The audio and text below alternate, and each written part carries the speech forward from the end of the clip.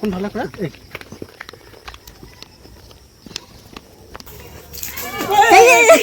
ছাতে কঁকাল ভাঙবই পুৰা আজি গেল হৈ আজি ধৰি লৈ আছো মই মানুহ ধৰি লৈ আহিছে মাৰি হা মই মাৰিব আনিছিলোঁ এই হাতে তোক ফোন কৰাত থাকি হেৰি কৰিছোঁ কোনে দেখা পাইছিল এই কৈ নাই মই দেখা পাইছোঁ এই কৈ নাই দেখা পাইছোঁ আচল মানুহটো ক'ত আচল মানুহটো আপুনি দেখা পাইছে প্ৰথম দেখা পোৱা মানুহ কেতিয়া দেখা পাইছিল এই ৰাতিপুৱা মই এনেকৈ চাউল ধুই আহি এই হেৰি গৰু লাগি তাৰমানে চোৱাৰ পানী থৈ দিওঁ তাৰমানে হেৰি চাউল ধোৱা পানীখিনি থওঁতে হাতডাল তিনি জাকমান মাৰছি মাৰি পেলাই তাৰপৰা মোৰ বেজাই ভয় লাগছি মই তিনি ভিত্তি লত দি পেলাই লুটুই পেলাই আহিছোঁ হেৰি কৰি পেলাই কিবা কৰি ওলাইছা কিবা কৰি ওলাই আহিছোঁ তাৰপৰা আকৌ মোবাইলটো লাইন নাই লাইট দিব লাগে ভিতৰৰ ৰুম তাৰমানে পাকঘৰটো তাৰপৰা এনেকৈ টৰ্চ মাৰি চাওঁ যে তাৰমানে সাপডালকে বিৰাট দীঘল এই সেইডালৰ মানে দীঘল হ'ব তাৰপৰা এই হেৰি আৰু মই ভিতৰত সোমাব পৰা নাই ৰাতিপুৱাতে ভাত বনাব পৰা নাই একো কৰিব পৰা নাই নামটো কৈ দিয়ক ৰাইজক মোৰ নাম নমস্কাৰ মোৰ নাম শ্ৰী দীপানিতা ডেকা এড্ৰেছটো কৈ দিয়ক এই গাঁও লজৰা বাকী নিব পাৰোঁ গাঁও লজৰা আৰু ডিষ্ট্ৰিক্ট দৰং অসম আৰু বন্ধুসকল চাওক এয়া এওঁলোকৰ ঘৰত সাপডাল ওলাই গ'ল আৰু এওঁলোকে মোক ধুনীয়াকৈ মনত কৰিলে আৰু ময়ো আহি উপস্থিত হ'লোঁ আৰু এতিয়া সেই সাপডাল ধুনীয়াকৈ উদ্ধাৰ কৰিম আৰু আপোনালোককো দেখুৱাম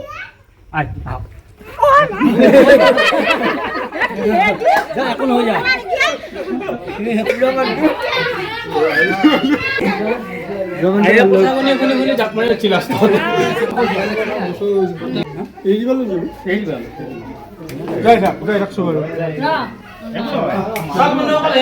দেখা পাইছে এয়া ৰান্ধনী ঘৰ আৰু ইয়াতে খাদ্য গ্ৰহণ কৰে আৰু বন্ধুসকল চাওক আপোনালোকে এয়া ৰান্ধনী ঘৰৰ ভিতৰত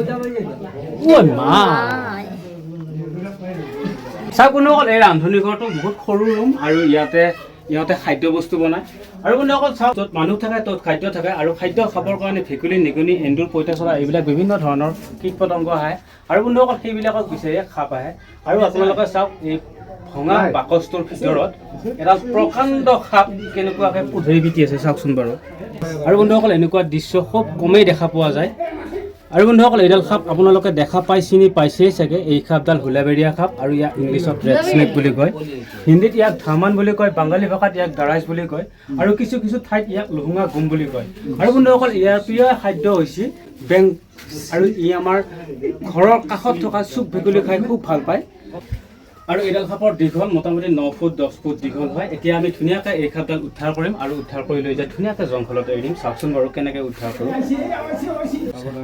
সাৱধান হবে এতিয়া ইয়াক আকৌ ধৰ অপাৰেশ্যনটো কৰিম আৰু নেকি অপাৰেশ্যন কেনেকুৱাকৈ হয় আমি দেখা পালে লৰ মাৰোঁ ভয় লাগি যায়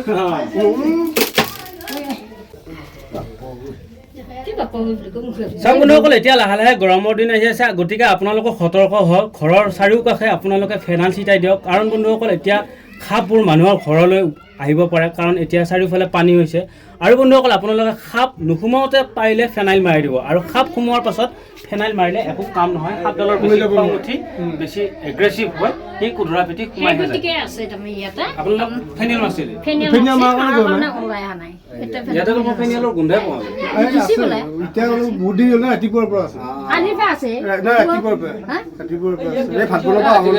ফেনাইল যদি ইউজ কৰা যায় সেই সাপডাল কুধৰি পিটি এক জেগাত থাকবই কাৰণ সিহঁতে ভাবো মই ইয়াতেহে ফেনাইলটো বাছ পোৱা নাই বাহিৰৰ ফালে ওলাই গ'লে আৰু চেণ্ট পাম সিহঁতে সেনেকুৱা এটা অনুভৱ কৰে গতিকে সেইটো অনুভৱ কৰি সিহঁতে তাতে থাকে গতিকে সাপ নাহোঁতে ফেনাইল মাৰিব সাপ অহাৰ পাছত আৰু ফেনাইল মাৰি দাম নাই এতিয়া আমি ধুনীয়াকৈ সাপডাল উদ্ধাৰ কৰিম বাইদেউ আপুনি অলপমান চাব দেই নাই কমি যাব ক'ৰবাত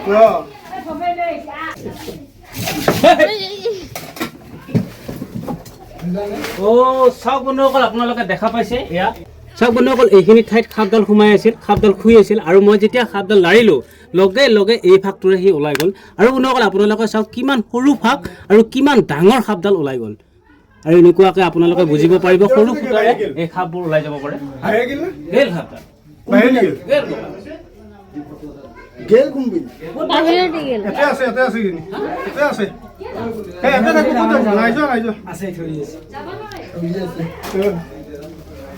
এই আছে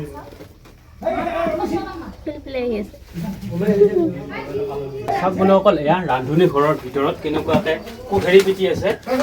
আৰু ই মানে আজি ৰান্ধনী হবাই আহিছে। আজি ভাত বনোৱা নাই, আন পাইছো।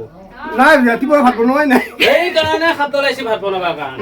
ঠিক কৈছা। দেখিছানে? তেওঁ তাৰমানে মালিকক লগনে নেৰে আহা তেওঁ।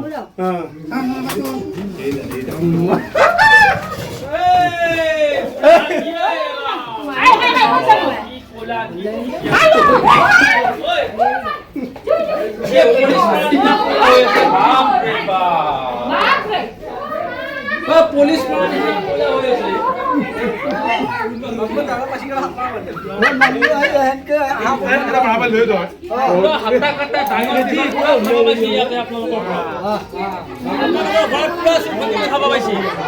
আপোনালোকৰ ঘৰত পুৰা চুপ বিগুলি খাব পাইছে।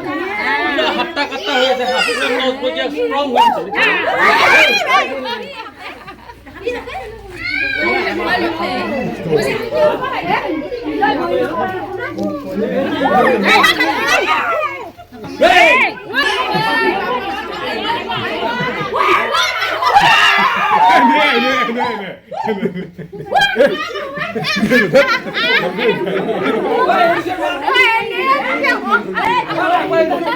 নালাগে নালাগে ধেমালি কৰিব নালাগে। কিন্তু এতিয়া এডাল সাপ দেখা পাইছা, এডাল সাপ এতিয়া দেখা পাইছা। মই ক'লোৱে আপোনালোকক এডাল সাপ কি খাপ, কথাটো শুনিলে। কিন্তু যদি কিবা কাৰণ এডাল সাপে এতিয়া বাইদেউ এতিয়া সোমাইছা ঘৰৰ ভিতৰত, পটককে এই দূৰৰ গৰু এটা আছে, পটককে খোজ পৰি গ'লে এডালে কিন্তু কামাটো খাটাং হা। যদি কিবা কাৰণ সাপে কামুৰে তেতিয়াহ'লে কি কৰিব কৈছোন আপোনালোকে?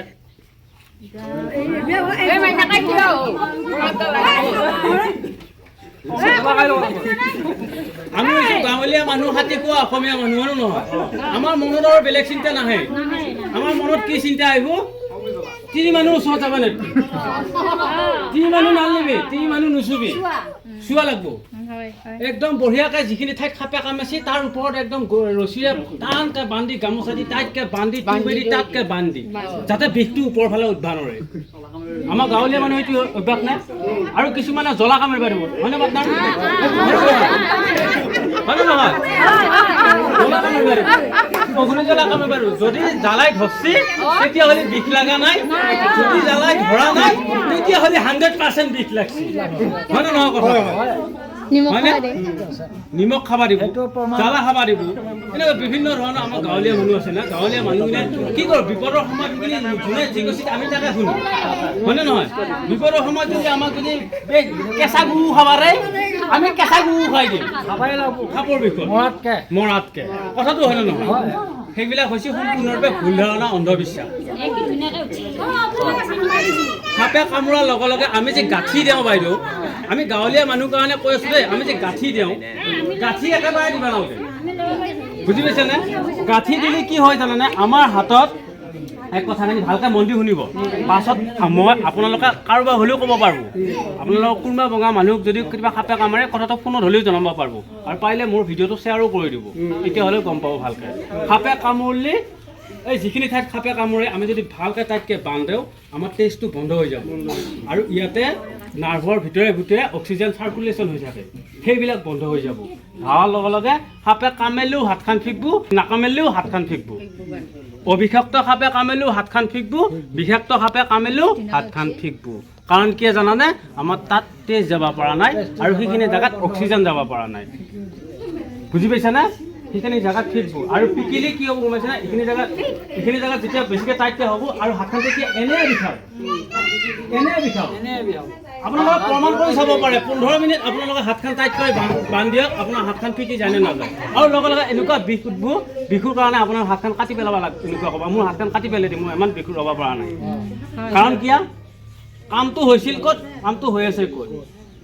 বুজি পাইছেনে? সেইকাৰণে সাপে কামুৰিলে একেবাৰে বান্ধিব নালাগে। যদি দিবা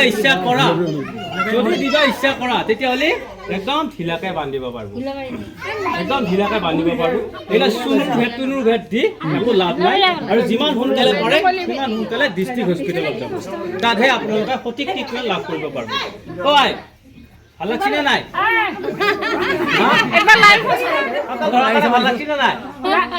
লাগছে ভাল লাগছে লাইট চাব পাৰি না আমি অলপমান ও কইলা লাৰে লাইট চাব ইচ্ছা কি সব ও নাই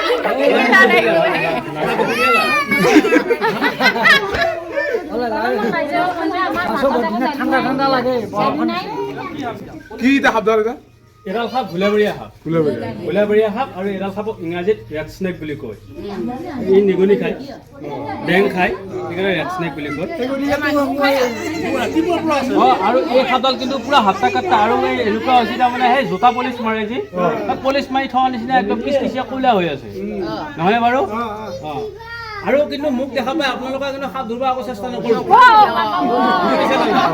মোক দেখা পাই আপোনালোকে সাপ ধৰিব চেষ্টা নকৰিব যদিহে কেতিয়াবা সাপ ধৰিব চেষ্টা কৰে হয়তো কেতিয়াবা বিপদ হৈ যাব পাৰে বুজি পাইছেনে আমাৰ এতিয়া কিছুমান মানুহ এনেকুৱা আছে এই গধূলা হ'লে পাৰে আৰু সাপডাল কথাটো বুজি পাইছেনে অলপমান ইনডাইৰেক্টলি গধূলা হ'লে পাৰে সেইটো নহয় বিপদ হওঁতে বহুত সময় নালাগে সেইকাৰণে আমি ৰাইজক সজাগ কৰি দি আছোঁ মই অলপ ইনডাইৰেক্টলি হ'লেও কথাষাৰ কৈছোঁ আৰু ৰাইজে বুজি পাবৰ কাৰণে ভাল লাগিলে বেয়া লাগিব প্ৰথম খুটিলে আমি অসমীয়া বৈদ বিচাৰিম নে হস্পিটেলত যাম হস্পিটেল যাব খুৰা ডাইৰেক্ট হস্পিটেলত যাব কিছুমানে মানে হেৰি বিচাৰে নহয় অসমীয়া বৈদ চাৰা ভুকা অসমীয়া বৈদ একো কাম নাই সেইগিলা হৈছে অন্ধবিশ্বাস ঠিকে আছে সাপে গাখীৰ খাই বুলি কয় এতিয়া ৰাইজে মানে কিবা কাৰণত যদি কাৰোবাৰ তেনেকুৱা হয় মানে চিধা হস্পিটেল যাব লাগে আজিকালি হস্পিটেলত এণ্টিভেনম এভেইলেবল আছে বিশেষকৈ সাপে কামুৰিলে এণ্টিভেনম ধুনীয়াকৈ হস্পিটেলত দি দিব মানে আপোনালোকৰ প্ৰাণটো বাচি যাব প্ৰাণটো বহুত ডাঙৰ গতিকে সেইবিলাক খাবলৈ মানে কিছুমান বিষ লৈ কিমানখিনি বিষ দিয়ে সাপডালেহে বুজি পাব কিমানখিনি বিষ দিয়ে সাপডালেহে বুজি পাব গতিকে আপোনালোকে সময় আৰু ধৰা বন্ধা কৰিব নালাগে গতিকে মই ধৰ মোক কমকৈ বিষ দিছে নেকি মই অলপ মানে 2 ঘণ্টা পাছত যাম দে হস্পিটেলত সেইটো নহয় যিমান সোনকালে হস্পিটেলত যা সিমান আপোনাৰে এতিয়া সাপডাল ধুনীয়াকৈ বন্ধ কৰি দিয়া আপোনালোকে বুজি পালেনে কথাষাৰ ইমান হেৰি এৰি দিব মানে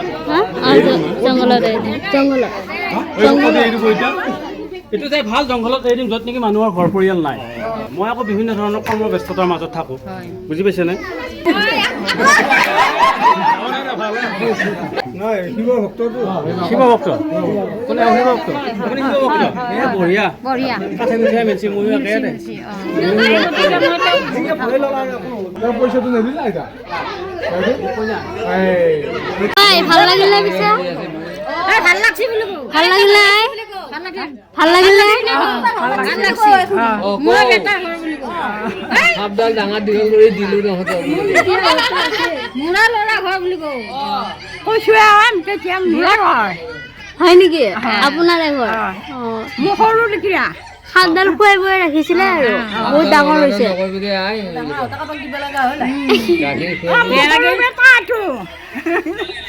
আই ভালে আছা আই আশীৰ্বাদ কৰিব আৰু আশীৰ্বাদ কৰিব আই ভালে কথা থাকিব পাৰো বুলি আমাৰ বহুত হয় লগনা আছে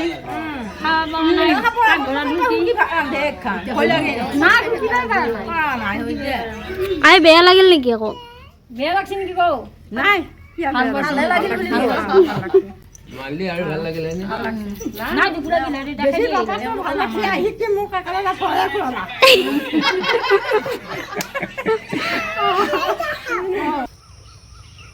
বন্ধুসকল জন্ম মৃত্যু বিবাহ এই তিনিটা বস্তু নেদেখাজনৰ ওপৰতহে নিৰ্ভৰ বন্ধুসকল এই সাপডালক এজন মানুহে আৰু সেইডাল যন্ত্ৰক আমি খাপাৰা বুলি কওঁ সেই খাপাৰাইদি এইডাল সাপক মাৰিব আহিছিল আৰু বন্ধুসকল তেওঁ এই সাপডাল মাৰিব নোৱাৰিলে আৰু তেওঁ এই সাপডাল মাৰিব পৰা শক্তি ভগৱান আল্লাই নেদেখাজনে প্ৰদান নকৰিলে আৰু বন্ধুসকল তেওঁলোকে মোক মনত কৰিলে আৰু মই যাই উপস্থিত হৈ এই সাপডাল ধুনীয়াকৈ উদ্ধাৰ কৰি লৈ আহিলোঁ আৰু এতিয়া আমি ধুনীয়াকৈ ডাঙৰ জংঘলত এৰি দিম কাৰণ এই সাপডালৰ যিখিনি জীৱন আয়ুস আছিল সেইখিনি জীৱন ইয়াতে ই ধুনীয়াকৈ মিলি থাকিব পাৰিব আৰু এতিয়া আমি ধুনীয়াকৈ সাপডাল এৰি দিম চাওকচোন বাৰু